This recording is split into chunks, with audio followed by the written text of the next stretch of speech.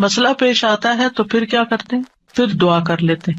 ایسے لوگ آپ نے دیکھے ہوں گے، نماز نہیں، روزہ نہیں، صدقہ خیرات کچھ نہیں، ہاں کوئی مشکل پیش آئے تو پھر اللہ سے دعا کرتے ہیں. تیسری قسم کے کچھ وہ لوگ ہوتے ہیں جو اللہ کی عبادت اور اطاعت طلب کرتے ہیں، لیکن نہ ہی اس سے مدد مانگتے ہیں، نہ اس پہ توکل کرتے ہیں. نماز روزہ کر لیں گے، دعا نہیں کرتے، کہتے ہیں اللہ کو پتہ ہی ہے نا کیا چاہیے، اب مانگنا کس لیے. نہیں، اللہ تعالیٰ خود فرماتے وقال ربکم ادعونی، تمہارا رب کہتا ہے مجھ سے دعا کرو، تو کیوں نہ دعا کریں، ہمیں دعا کرنی ہے. چوتھی قسم کے وہ لوگ ہوتے ہیں جو اللہ کی عبادت بھی کرتے ہیں اور اس سے دعا بھی کرتے ہیں، اس سے مدد بھی طلب کرتے ہیں. تو اللہ تعالیٰ اپنی عبادت اور اطاعت پر ان کی مدد کرتا ہے. جیسے ہم کہتے ہیں رب اعنی علی ذکرک و شکرک و حسن عبادتک، تو اللہ تعالیٰ مدد بھی فرماتا ہے. اب ہم اپنے آپ کو دیکھیں کہ ہم کون سی کیٹیگری میں فال کرتے ہیں، ہم کہاں ہیں. کیا ہم ان لوگوں میں ہیں جو عبادت بھی کرتے ہیں اور دعا بھی کرتے ہیں، تو یہ ٹاپ کلاس کے لوگ ہیں، اور باقی اللہ تعالیٰ کے حق میں کمی کوتاہی کرتے ہیں. تو ہمیں دعا کرتے رہنا چاہیے، اللہ تعالیٰ کو پکارتے رہنا چاہیے، ہر ضرورت میں، ہر مقصد میں، ہر پریشانی میں، ہر دکھ میں، ہر بیماری میں، ہر موقع پر، ہر چیز کے لیے، چھوٹی سے چھوٹی چیز کے لیے، بڑی سے بڑی چیز کے لیے اللہ ہی سے مانگنا چاہیے. کیونکہ وہ دے کر احسان نہیں جتاتا، وہ دے کر شرمندہ نہیں کرتا، وہ دے کر ہم سے واپس نہیں مانگتا، وہ بغیر شرط کے دیتا ہے، غیر مشروط دیتا ہے. وَإِذَا سَأَلَكَ عِبَادِي عَنِّي فَإِنِّي قَرِيبٌ أُجِيبُ دَعْوَةَ الدَّاعِ إِذَا دَعَانِ فَلْيَسْتَجِيبُوا لِي وَلْيُؤْمِنُوا بِي لَعَلَّهُمْ يَرْشُدُونَ. وَإِذَا سَأَلَكَ عِبَادِي عَنِّي فَإِنِّي قَرِيبٌ أُجِيبُ دَعْوَةَ الدَّاعِ إِذَا دَعَانِ فَلْيَسْتَجِيبُوا لِي وَلْيُؤْمِنُوا بِي لَعَلَّهُمْ يَرْشُدُونَ. تو ہمیں مانگتے رہنا چاہیے کیونکہ وہ قریب ہے، وہ مجیب ہے. اللہ سبحانہ وتعالیٰ اپنے بندوں کو خود فرماتا ہے کہ اللہ سے اس کے فضل کا سوال کرو، یہ اللہ کا حکم ہے. سورۃ النساء میں آتا ہے وَاسْأَلُوا اللَّهَ مِن فَضْلِهِ، اور اللہ سے اس کے فضل کو مانگو کہ اللہ اپنا فضل فرما. فضل کیا ہوتا ہے؟ جو ہم ڈیزرو نہیں کرتے، نہ اپنی عبادت کی وجہ سے، نہ کسی محنت کی وجہ سے، نہ کسی قابلیت کی وجہ سے، نہ کسی ہنر کی وجہ سے. ہم ڈیزرو نہیں کرتے، لیکن آپ دے سکتے. ہم پھر بھی آپ سے مانگتے ہیں، چاہے ہم اس قابل نہیں، لیکن پھر بھی آپ سے مانگ، آپ ہمیں عطا کیجیے. اور اللہ تعالیٰ کو یہ بات پسند ہے کہ بندے اس سے مانگیں، کیونکہ بندے کو جب کسی چیز کی ضرورت ہوتی ہے نا، اور وہ اس کو اللہ تعالیٰ سے مانگتا ہے، تو وہ اللہ تعالیٰ کے ساتھ کنیکٹ ہو جاتا ہے، اللہ تعالیٰ کو یاد کرتا ہے، اس کے سامنے اپنی حالت کا اظہار کرتا ہے، اپنا دکھ، اپنا شکوہ، اپنا غم، اپنا رنج، اپنی پریشانی اس کو سناتا ہے، جو سن کر آگے نشر نہیں کرتا. جب ہم بندوں کے سامنے اپنی کسی پریشانی کا ذکر کر دیتے ہیں تو بعض اوقات کیا کرتے ہیں، وہ آگے بیان کر دیتے ہیں، اور یوں آپ کے راز کھل جاتے ہیں، آپ کا مرتبہ اور مقام لوگوں کی نگاہ میں گر جاتا ہے. کچھ لوگ آپ سے حسد کرنے لگتے ہیں، کچھ لوگ آپ کی تکلیف پہ خوش ہوتے ہیں. تو اس لیے ہمیں اللہ سبحانہ تعالیٰ کے سامنے ہی اپنے رنج اور دکھ کی فریاد رکھنی چاہیے. اللہ تعالیٰ اپنے بندوں کو ہر چیز کو اسی سے مانگنے کا حکم دیتا ہے. اب ہر چیز میں کیا ہے؟ صحیح مسلم کی روایت ہے، ابو ذر غفاری رضی اللہ عنہ کہتے ہیں کہ نبی صلی اللہ علیہ وسلم اپنے رب تبارک و تعالیٰ سے روایت کرتے ہیں کہ بے شک اللہ تعالیٰ فرماتا ہے، اے میرے بندو تم سب گمراہ ہو سوائے اس کے جسے میں ہدایت دوں، پس تم مجھ سے ہدایت مانگو، میں تمہیں ہدایت دوں گا. نمبر 1 دعا کیا ہونی چاہیے؟ ہدایت کی. دن کی ہر رکعت میں ہم اہدنا الصراط المستقیم مانگتے ہیں. ہر کام میں ہمیں گائیڈنس چاہیے، ہمیں کلیرٹی چاہیے، چاہے دین کا کام ہو چاہے دنیا کا کام. ہر چیز میں ہمیں صحیح راستہ، صحیح اسٹریٹجیز اختیار کرنے کی ضرورت ہوتی ہے، تب وہ کام ہو پاتا ہے. اور اس طرح ساری کنفیوژن بھی دور ہو جاتی، ساری پریشانی بھی دور ہو جاتی کہ میں نے اللہ سے دعا کر لی، اللہ تعالیٰ آپ مجھے صحیح طریقہ بتا دے، مجھے اس کام کو کیسے لے کے چلنا ہے. تو ہر موڑ پر، ہر کام میں ہمیں ہدایت کی ضرورت ہوتی ہے. تو اہدنا الصراط المستقیم. پھر فرمایا، اے میرے بندو تم سب بھوکے ہو سوائے اس کے جسے میں کھلاؤں، تو تم مجھ سے کھانا مانگو، میں تمہیں کھانا کھلاؤں گا. سبحان اللہ. سب سے بڑی ضرورت ہدایت کے بعد انسان کی کیا ہے؟ کھانا، جو اس کو دن میں کئی بار کھانا پڑتا ہے. اور انسان سب سے زیادہ پریشان بھی اس کے لیے ہوتا ہے اور مال کا سب سے بڑا حصہ بھی اسی پہ خرچ ہوتا ہے. یعنی دن میں اگر آپ دیکھیں تو آپ ہر روز اپنا لباس نہیں خریدتے, ہر روز آپ اپنی ٹوائلٹریز نہیں خریدتے, ہر روز اپنی اور چیزیں نہیں خریدتے, برتن نہیں خریدتے, کٹلری, جیولری, یہ سب روز تھوڑی خریدا جاتا ہے. لیکن کھانا تو ڈیلی چاہیے, کھانا تو ڈیلی کنزیوم کرنا ہے, اس سے مانگو.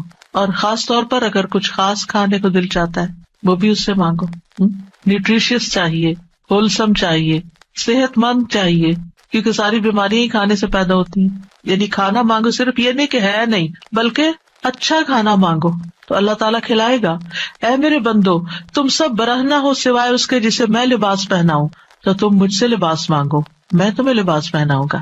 بعض اوقات انسان کو کوئی خاص چیز پہننے کو دل چاہتا ہے, مانگے اللہ سے, اللہ دے گا. اے میرے بندو, تم سب دن رات گناہ کرتے ہو اور میں سارے گناہوں کو بخش دیتا ہوں. تم مجھ سے بخشش مانگو, میں تمہیں بخش دوں گا. کیوں اپنے اوپر بوجھ لیے پھرتے ہو؟ کتنے گناہ کر لیے, بہت لیٹ کر دیا, پتہ نہیں اب میری معافی ہوگی یا نہیں, اب میں کیا کروں. وہ معاف کر دے گا, مانگ کر تو دیکھو. اے میرے بندو, اگر تمہارے اولین و آخرین اور جن و انس ایک صاف چٹیل میدان میں کھڑے ہو کر مجھ سے مانگنے لگے, اور میں ہر ایک کو جو مجھ سے مانگ رہا ہے وہ سب کچھ دے دوں جو وہ مانگ رہا ہے, تو میرے خزانوں میں کوئی کمی نہیں ہوگی مگر جتنی سمندر میں سوئی ڈال کر نکالنے سے کمی آتی, کچھ کمی نہیں.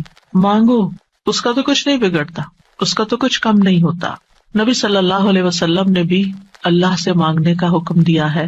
عبداللہ بن عباس کہتے ہیں, ایک دن وہ رسول اللہ صلی اللہ علیہ وسلم کے پیچھے سوار تھے, تو رسول اللہ صلی اللہ علیہ وسلم نے ان سے فرمایا, اے لڑکے, میں تجھے چند کلمات سکھا رہا ہوں, احفظ اللہ یحفظک, تم اللہ کے احکام کی حفاظت کرو, اللہ تمہاری حفاظت کرے گا. احفظ اللہ تجدہ تجاہک, اللہ کی حفاظت کرو یعنی اللہ تعالیٰ کے احکامات کی, تم اسے اپنے سامنے پاؤ گے, قریب پاؤ گے. اذا سألت فاسأل اللہ, جب تمہیں مانگنا ہو اللہ سے مانگو, جب تمہیں مانگنا ہو, کچھ بھی مانگنا ہو. وَإِذَا اسْتَعَنْتَ فَاسْتَعِنْ بِاللَّهِ, اور جب مدد چاہیے اللہ سے مدد مانگو, کسی بھی طرح کی مدد. یعنی مدد صرف مالی مدد نہیں ہوتی, یا مدد صرف ان چیزوں کی نہیں ہوتی اوپر جن چیزوں کا ذکر ہوا ہے. مدد تو ہمیں ہر کام میں چاہیے. ہم کون سی لائن اختیار کریں, کون سا پیشہ اختیار کریں, کون سی جاب لیں, کون سی نہ لیں, کیا کریں کیا نہ کریں, فلاں جگہ جانا ہے جائیں یا نہ جائیں, ہر معاملے میں. اور یہ جو ہمیں استخارہ سکھا دیا گیا تو یہ بھی تو یہی ہے. اور اس استخارے میں بھی آپ دیکھیے, اذا سألک عبادی انی فانی قریب اجیب دعوت الداعی اذا دعانی, اس میں بھی آپ دیکھیں بیچ میں واسطہ نہیں رہا نا, تو ہم کسی سے نہیں کہہ سکتے آپ میرا استخارہ کریں, آپ اپنے لیے خود ہی خیر مانگے. آپ صلی اللہ علیہ وسلم نے عبداللہ بن عباس سے کہا, جان رکھو اگر ساری دنیا مل کر بھی تمہیں نفع پہنچانا چاہے تو تمہیں نفع نہیں پہنچا سکتی سوائے اس کے جو اللہ نے تمہارے لیے لکھ دیا. اور اگر وہ سارے مل کر تمہیں کوئی نقصان دینا چاہیں, نقصان نہیں دے سکتے سوائے اس کے جو اللہ نے تمہارے لیے لکھ دیا. کتنا بڑا توکل سکھاتی ہے یہ بات. کتنی فکریں, پریشانیاں دل سے اور دماغ سے بالکل آف لوڈ ہو جاتی, کچھ نہیں ہوتا, کوئی کچھ نہیں بگاڑ سکتا. ہم ڈرتے رہتے ہیں نا, کبھی فیوچر سے ڈرتے ہیں, کبھی لوگوں سے ڈرتے ہیں, کبھی کسی بیماری سے ڈرتے ہیں, کبھی بھوک فقر و فاقہ سے ڈرتے ہیں, کبھی اپنے اولاد کے بارے میں ڈر رہے ہوتے ہیں, فکر کر رہے ہوتے ہیں ان کا کیا بنے گا, ان کے ایمان کا کیا ہوگا, ان کے کھانے پینے کا کیا ہوگا, ان کے رہنے کا کیا. یہی فکریں تو ہیں ہماری جن میں ہم ڈوبے رہتے ہیں. اللہ نے ہمیں صرف ان فکروں کے لیے تھوڑی بھیجا ہے, ہمیں تو اللہ نے اپنی عبادت کے لیے بھیجا تھا. اللہ نے ہمیں بڑے کام کرنے کے لیے بھیجا, ہم نے اپنے آپ کو چھوٹی چھوٹی چیزوں میں الجھا کر بیمار کر لیا اور انہی کے اندر ہی گھومتے رہے اور انہی کی فکر کرتے رہے اور انہی کے بوجھ تلے دبے رہے. جبکہ ہمیں تو کنتم خیر امۃ اخرجت للناس, تم بہترین امت ہو, تمہیں تو انسانیت کے لیے پیدا کیا گیا تھا, تمہیں تو اوروں کے لیے پیدا کیا گیا تھا کہ تم خود بھی ہدایت پر اور انہیں بھی اللہ کی طرف بلاؤ. اور تم صرف اپنی ہی ذات میں کھو گئے اور صرف اپنے ہی غم لے کر بیٹھ گئے اور صرف اپنی ہی پریشانیوں میں دن رات رہے. ان سب چیزوں کو تو اللہ کے حوالے کرنے کی ضرورت ہے, وہ ٹیک کیئر کرے گا. ان تنصروا اللہ ینصرکم, اگر تم اللہ کی مدد کرو گے اللہ تمہاری مدد کرے گا, اور وہ ضرور کرے گا. تم اوروں کی فکر کرو اللہ تمہاری کرے گا. تو اس لیے ہمارے کرنے کا کام کیا, احفظ اللہ یحفظک, حفاظت چاہیے, تم اللہ تعالیٰ کے احکامات کی حفاظت کرو, جو تمہیں کہا جا رہا ہے وہ پابندی سے کرو, باقی کام اللہ کا ہے. اور پھر احفظ اللہ تجدہ تجاہک, جب تم اللہ کے بن جاؤ گے نا تو پھر اللہ کو بہت قریب پاؤ گے. پھر آپ دیکھیے کہ اللہ کے نزدیک دعا سے زیادہ کوئی چیز معزز نہیں. دعا انسان کو عزت دیتی ہے. جب انسان بندوں کے آگے ہاتھ پھیلاتا ہے تو ذلیل ہوتا ہے، اور جب اللہ سے مانگتا ہے 2 ہاتھ اٹھا کے، بندوں کے سامنے تو ہم 1 ہاتھ پھیلاتے ہیں اور اللہ کے سامنے 2 ہاتھ پھیلاتے ہیں. اور جب انسان اللہ سے مانگتا ہے تو اللہ اس بندے سے محبت کرتا ہے اور اس بندے کو دیتا ہے، نوازتا ہے اور عزت دیتا ہے، اپنی جناب سے دیتا ہے. اور جب بندوں سے مانگتے ہیں تو وہ کبھی دیتے ہیں، کبھی نہیں دیتے، اور کبھی دے کے اذیت بھی دیتے ہیں، اور پھر احسان جتاتے ہیں، دکھ دیتے ہیں، ذلیل کرتے ہیں، بعض اوقات آپ کی انا کو مجروح کر دیتے ہیں، آپ کی عزت کو مجروح کر دیتے ہیں، آپ کو بعض اوقات بدنام کر دیتے ہیں. تو اللہ کے نزدیک دعا سے زیادہ کوئی چیز معزز نہیں. لیس شیء اکرم علی اللہ من الدعاء. پھر یہ کہ اللہ تعالیٰ دعائیں سنتا ہے. وَلَقَدْ نَادَانَا نُوحٌ فَلَنِعْمَ الْمُجِيبُونَ. یقیناً نوح نے ہمیں پکارا تو ہم بہت اچھے قبول کرنے والے ہیں. ہم نے ان کی سنی، ہمیں کیوں بتایا جا رہا ہے؟ تاکہ تم بھی پکارو، تمہاری بھی سنی جائے گی. ابراہیم علیہ السلام نے کیا کہا تھا؟ ان ربی لسمیع الدعاء. میرا رب تو یقیناً دعا سننے والا ہے، وہ تو ضرور سنتا ہے. اور پھر خاص طور پر جو مضطر ہو، بے چین ہو، بے قرار ہو، لاچار ہو. امن یجیب المضطر اذا دعاہ ویکشف السوء. یہ لاچار کون ہوتا ہے؟ ابن عباس کہتے ہیں اس سے مراد وہ شخص ہے جس کی ایسی ضرورت ہو جو اس کو مشقت میں ڈال دے، یعنی مصیبت میں پڑ جائے انسان، چاہے اندر قلبی روحانی طور پر، چاہے مالی طور پر، چاہے صحت، یعنی کسی بھی اعتبار سے جو چیز اس کو مشکل میں ڈال دے، مشقت میں. یہ لاچاری ہوتی ہے. یہ کہتے ہیں ڈپینڈنسی جیسے ہو جاتی ہے دوسروں پر. سدی کہتے ہیں کہ اس سے مراد وہ شخص ہے جس کے پاس کوئی ہیلا چارہ قوت باقی نہ رہے، یعنی دنیا میں اس کا کوئی وسیلہ سبب نہیں رہا، تنہا رہ گیا، وہ سنتا ہے. ذنون کہتے ہیں اس سے مراد وہ شخص ہے جو اپنے تعلقات کو اللہ کے سوا سب سے کاٹ دے، بس اللہ ہی ہے میرا. ابو جعفر کہتے ہیں کہ اس سے مراد مفلس شخص ہے جس کے پاس کچھ نہیں. سہل بن عبداللہ کہتے ہیں اس سے مراد وہ شخص ہے جو اپنے ہاتھ دعا مانگتے ہوئے اللہ کی طرف بلند کرتا ہے، اوپر اٹھاتا ہے، حالانکہ اس کے پاس اطاعت کا کوئی نیکی کا کام نہیں ہوتا جس کو وہ وسیلہ بنا سکے. لاچار. اب ہر جگہ سے مایوسی ہوگی، اب ایک ہی راستہ ہے، اور وہ راستہ شیطان کہتا ہے تم تو اتنے نافرمانو، تمہاری نہیں سنی جائے گی. نہیں، وہ پھر بھی سنتا ہے. امن یجیب المضطر. اصل میں بندے تو ہم اللہ ہی کے ہیں نا، چاہے ہم اللہ کو اپنا بنائیں یا نہ بنائیں، ہیں تو اسی کے، جانا تو اسی کی طرف ہے، دنیا میں بھی اسی کی طرف جانے کی ضرورت پیش آتی ہے. اور پھر آپ دیکھیے کہ اللہ تعالیٰ کا قبولیت کا وعدہ بھی ہے، اور وہ بندوں کی حاجات پوری کرتا ہے. اللہ تعالیٰ خود پکارتے ہیں جب رات کا 1/3 حصہ بچتا ہے، آسمان دنیا پہ نزول فرما کے اللہ تعالیٰ فرماتے ہیں کون ہے جو مجھ سے دعا کرے تو میں اس کی دعا قبول کروں، کون ہے جو مجھ سے بخشش طلب کرے تو میں اسے بخش دوں، کون ہے جو مجھ سے رزق مانگے تو میں اس کو رزق عطا کروں، کون ہے جو تکلیف دور کرنے کی درخواست کرے تو میں اس کی تکلیف دور کروں. اور یہ اعلان فجر کے طلوع ہونے تک ہوتا رہتا ہے. تو اللہ تعالیٰ پکار رہے ہیں کہ مانگو مجھ سے. اب دیکھیے اگر کبھی آپ کے پیرنٹس میں سے کوئی یا کوئی بڑا یا اگر آپ سے کہے کہ اچھا مانگو، کیا مانگتے ہو، فرمائش کرو، کیا کرتے ہیں ہمارا حال کیا ہوتا ہے؟ بہت خوش ہو جاتے ہیں، اتنی بڑی آفر آ گئی ہے، کرو فرمائش، کیا چاہیے، جیولری چاہیے، کپڑے چاہیے، جو چاہیے مانگو. تو ہمارا خوشی سے ایسا حال ہوگا کہ ہمیں یہ بھی یاد نہیں رہے گا کہ اب مانگنا کیا ہے آپ نے. اللہ سبحانہ وتعالیٰ روز ہمیں پکارتے ہیں کرو فرمائش، مانگو، کچھ مانگو، اور ہم مانگتے ہی نہیں. جاگ بھی جائے تو ہم مانگتے نہیں. مانگنے کی ضرورت ہے. آپ دیکھیے کہ دنیا کے بادشاہ جب کوئی سوالی آتا ہے، کوئی بیگر آتا ہے، وہ دروازے بند کر دیتے ہیں. جو انسان 2 سے 3 دفعہ آپ سے کچھ مانگ چکا ہو، جب آپ اس کو دیکھتے ہیں تو وہ موڑ کے چل دیتے ہیں کہ پھر آ گیا ہے، پھر کچھ مانگے گا. کیا اللہ تعالیٰ بھی ایسا کرتا ہے؟ 100 بار آئے آپ اس کے پاس، 100 بار عطا کرے گا.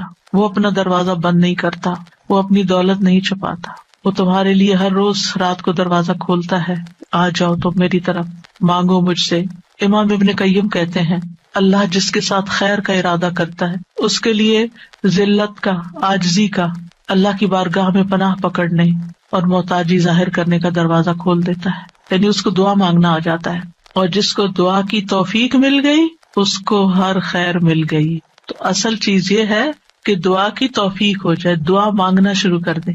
آپ دیکھیں کہ اس نیت سے بھی یہ پروگرام رکھا گیا تھا کہ ہم روز دعا کے بارے میں کچھ سنیں، پھر دعا کے مطلب کو سمجھیں، دعا کرتے رہے تاکہ ہمیں دعا مانگنا آ جائے. یعنی اس کا ہول سول گول ہے اس پروگرام کا وہ یہ کہ ہمیں دعائیں مانگنا آ جائے، ہم دعاؤں کے شوقین ہو جائیں، دعا مانگنے سے محبت کرنے لگے، دعاؤں کے اوپر یقین کرنے لگے کہ اللہ تعالیٰ سنتا اور ضرور سنے گا، اور ہمارے سارے بوجھ اتر جائیں اور ہم سارے اپنے معاملات اپنے رب کے سپرد کر دیں اور ہم دنیا میں بھی ایک اچھی زندگی بسر کریں اور آخرت میں بھی. امام ابن تیمیہ کہتے ہیں جب اللہ کسی بندے کے ساتھ خیر کا ارادہ کرتا ہے تو اس کے دل میں دعا مانگنے اور اس سے مدد طلب کرنے کا الہام کر دیتا ہے کہ اللہ سے مانگو، اس کے دل میں ڈال دیتا ہے، اور اللہ اس کے مدد طلب کرنے اور اس کے دعا مانگنے کو اس کے لیے خیر کا ذریعہ بنا دیتے ہیں جس کے لیے اس نے مدد طلب کی ہوتی ہے، یعنی اس کا رستہ نکل آتا ہے. تو دعا مانگنے کے فائدے کیا ہیں؟ دعا ہر حال میں انسان کو فائدہ دیتی ہے. نمبر 1، دعا مانگ رہے ہوتے تو آپ عبادت کر رہے ہوتے ہیں، یہ اجر الگ لکھا جاتا ہے. اللہ تعالیٰ کی پسند کا کام کر رہے ہوتے ہیں، اللہ تعالیٰ سے کنیکٹڈ ہوتے ہیں، اور پھر یا تو دعا فوراً قبول ہو جاتی ہے، جو مانگا وہ اسی وقت مل جاتا ہے، یا پھر یہ کہ کوئی ایسی مصیبت ٹل جاتی ہے جو آنے والی تھی اور آپ کی اس دعا کی وجہ سے وہ مصیبت چلی گئی. رسول اللہ صلی اللہ علیہ وسلم نے فرمایا دعا فائدہ دیتی ہے اس کے بارے میں بھی جو کچھ نازل ہو چکا ہے اور اس کے بارے میں بھی جو نہیں اترا. بس اللہ کے بندو تم پر دعا کرنا لازم ہے، یعنی جو مصیبتیں آ گئی ہیں ان کو بھی دور کرے گی دعا، اور جو ابھی نہیں آئی اتر رہی ہیں ان کو بھی دور کر دے گی، آنے والی مشکلات کو بھی ہٹا دے گی. پھر یہ کہ اللہ تعالیٰ اپنے مانگنے والوں کو خالی ہاتھ نہیں لوٹاتا. حدیث میں آتا ہے بے شک اللہ عز و جل کو اس بات سے حیا آتی ہے کہ اس کا کوئی بندہ اس کے سامنے ہاتھ پھیلا کر کسی خیر کا سوال کرے اور وہ انہیں خالی لوٹا دے، کہ کچھ بھی نہ ڈالے اس میں. ایسا نہیں ہوتا. انس رضی اللہ عنہ کہتے ہیں رسول اللہ صلی اللہ علیہ وسلم نے فرمایا بے شک اللہ بڑا رحیم ہے، بڑے کرم والا ہے. اس کو اس بات سے شرم آتی ہے کہ اس کا کوئی بندہ اس کے آگے اپنے دونوں ہاتھ پھیلائے اور وہ ان دونوں میں کوئی خیر نہ ڈالے. وہ ایسا نہیں کرتا. جو مسلمان بھی اپنی حاجت اللہ کے آگے رکھ دیتا ہے اللہ تعالیٰ اسے ضرور نوازتا ہے، ضرور دیتا ہے. رسول اللہ صلی اللہ علیہ وسلم نے فرمایا جو مسلمان اپنا چہرہ اللہ کے سامنے گاڑ کر یعنی پورے فوکسڈ طریقے سے توجہ کے ساتھ کسی چیز کا سوال کرتا ہے وہ اس کو وہ چیز ضرور عطا کرتا ہے، خواہ جلدی عطا کرے یا ذخیرہ کر کے رکھ لے اس کے لیے اگلی دنیا میں عطا کرے.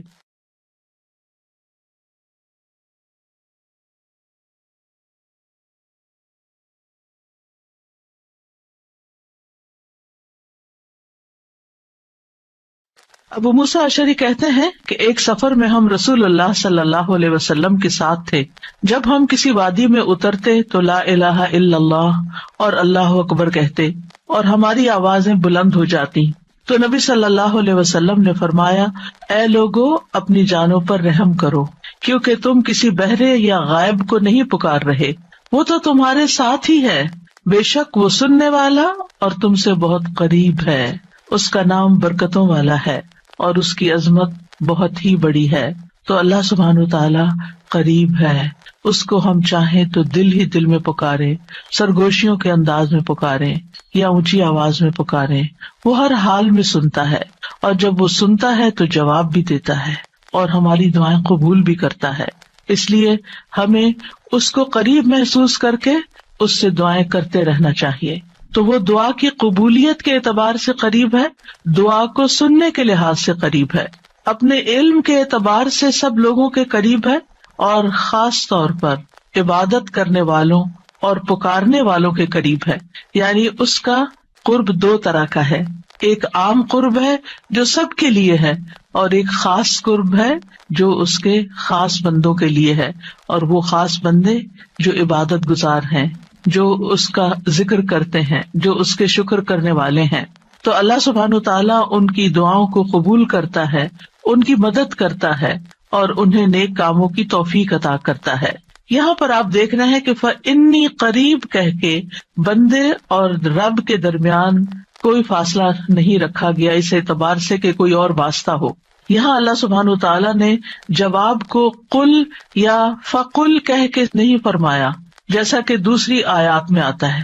جتنے بھی سوال صحابہ کرام نے رسول اللہ صلی اللہ علیہ وسلم سے کیے تو ان کے جواب میں اللہ تعالیٰ نے فرمایا قل، آپ انہیں بتا دیجئے.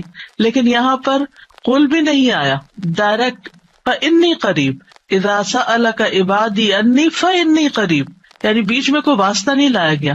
تو اس سے یہ پتہ چلتا ہے کہ ہمارے اور ہمارے رب کے بیچ میں کسی اور واسطے اور کسی اور وسیلے کی ضرورت نہیں. اور جب اللہ تعالیٰ نے یا عبادی کہہ دیا تو اس میں سارے بندے شامل ہو جاتے ہیں، چاہے وہ نیک ہوں یا بد ہوں، بڑے ہوں یا چھوٹے ہوں، گناہگار ہوں یا بہت پرہیزگار ہوں، کوئی بھی ہو، جو بھی اپنے رب کو پکارتا ہے رب اس کی پکار کو سنتا ہے اور وہ قریب ہے۔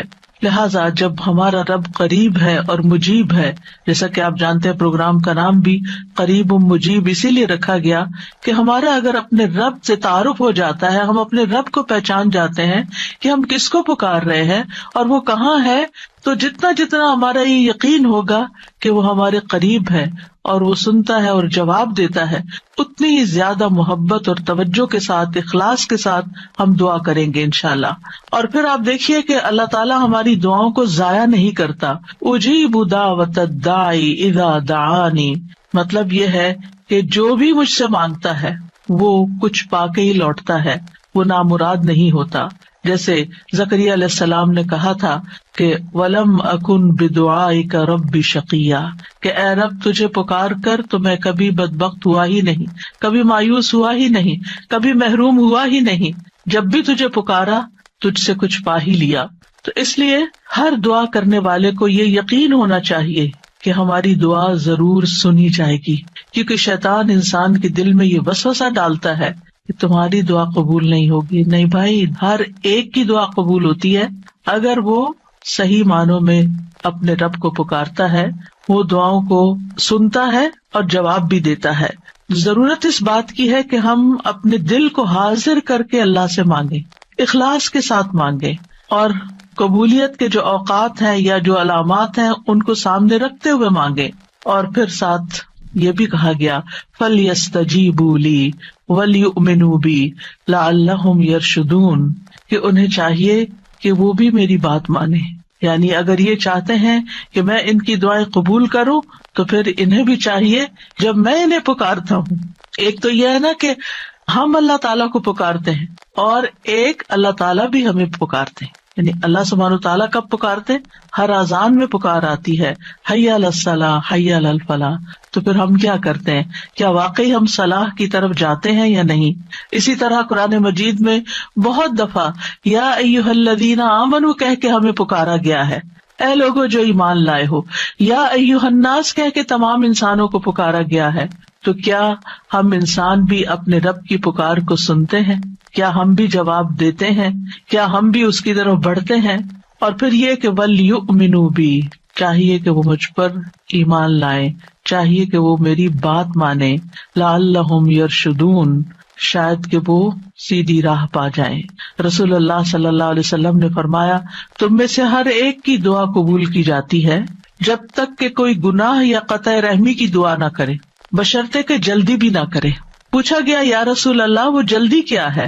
فرمایا یہ کہ کوئی یوں کہے کہ میں نے دعا کی اور میں نے دعا کی، یعنی دوبارہ کہ میں نے تو کئی بار دعا کی، بہت دعا کی، میری تو دعا قبول نہیں ہوتی، اور اس طرح وہ تھک ہار کر دعا کرنا چھوڑ دے۔ ایسا نہ کرے بلکہ دعا کرتا رہے، کیونکہ اس کی قبولیت کے مختلف طریقے ہیں۔ تو اللہ سبحانہ وتعالی ہم سے قریب ہے۔ ایک اور آیت میں آتا ہے سورۃ ہود کی، وَإِلَىٰ ثَمُودَ أَخَاهُمْ صَالِحًا قَالَ يَا قَوْمِ اعْبُدُوا اللَّهَ مَا لَكُم مِّنْ إِلَٰهٍ غَيْرُهُ هُوَ أَنشَأَكُم مِّنَ الْأَرْضِ وَاسْتَعْمَرَكُم فِيهَا فَاسْتَغْفِرُوهُ ثُمَّ تُوبُوا إِلَيْهِ إِنَّ رَبِّي قَرِيبٌ مُّجِيبٌ۔ اور سمود کی طرف ان کے بھائی صالح کو بھیجا، اس نے کہا اے میری قوم، اللہ کی عبادت کرو، اس کے سوا تمہارا کوئی معبود نہیں، اسی نے تمہیں زمین سے پیدا کیا اور تمہیں اس میں آباد کیا، سو اس سے بخشش مانگو، پھر اس کی طرف پلٹ آؤ، یقیناً میرا رب قریب ہے، قبول کرنے والا ہے۔ ان ربی قریب مجیب۔ یہاں قوم سمود کی بات کی جا رہی ہے۔ یہ لوگ مدائن کے علاقے میں رہتے تھے جو تبوک اور مدینہ منورہ کے درمیان واقع تھا۔ صالح علیہ السلام نے اپنی قوم کو ایک طرف اللہ سبحانہ تعالیٰ کی عبادت کی دعوت دی، توحید کی دعوت دی کہ صرف وہی تمہارا معبود ہے جس نے تمہیں پیدا کیا، جس نے تمہیں زمین میں آباد کیا، لہٰذا تم شرک سے اجتناب کرو، صرف اللہ کی طرف رجوع کرو۔ کیوں؟ اس لیے کہ وہ بہت قریب ہے، اپنے بندوں کی دعائیں سنتا ہے۔ تو آپ دیکھیے، جو آپ کے قریب ہو اور جو آپ کی بات بھی سنتا ہو، تو کیا آپ نہیں چاہیں گے کہ آپ اس کے قریب ہوں؟ یہاں پر آپ دیکھیے کہ دعا کرنے سے پہلے دو چیزوں کی بات ہے، استغفار اور توبہ کی، کہ اس سے استغفار کرو اور توبہ کرو تو تمہاری دعائیں قبول ہوں گی۔ توبہ کا مطلب یہ ہے کہ گناہوں سے کنارہ کشی اختیار کرو اور اس بات کا پکا وعدہ کرو کہ آئندہ گناہ نہیں کرو گے، اور استغفار کا مطلب ہوتا ہے بخشش طلب کرنا کہ اللہ ہمیں معاف کر دے، ہمارے گناہوں پہ پردہ ڈال دے۔ اور توبہ اور استغفار دونوں ہم معنی بھی ہیں۔ امام ابن قیم کہتے ہیں استغفار میں توبہ شامل ہے اور توبہ میں استغفار شامل ہے، اور جب ان کو الگ الگ بولا جاتا ہے تو پھر اس کا معنی الگ الگ بھی ہوتا ہے، اور اگر یہ دونوں اکٹھے آئے یعنی ایک دوسرے کے ساتھ مل کر آئے تو استغفار کا مطلب یہ ہوتا ہے کہ زندگی میں جو ہم کر چکے ہیں غلط کام، برائیاں، اللہ تعالی ہمیں ان کے شر سے محفوظ رکھے، اور توبہ کا مطلب یہ ہے کہ ہم آئندہ گناہ میں پڑنے کے شر سے آپ کی مدد چاہتے ہیں، حفاظت چاہتے ہیں۔ اور توبہ اس پختہ ارادہ کو بھی کہتے ہیں کہ دوبارہ گناہ نہیں کریں گے، آئندہ یہ نہیں کریں گے۔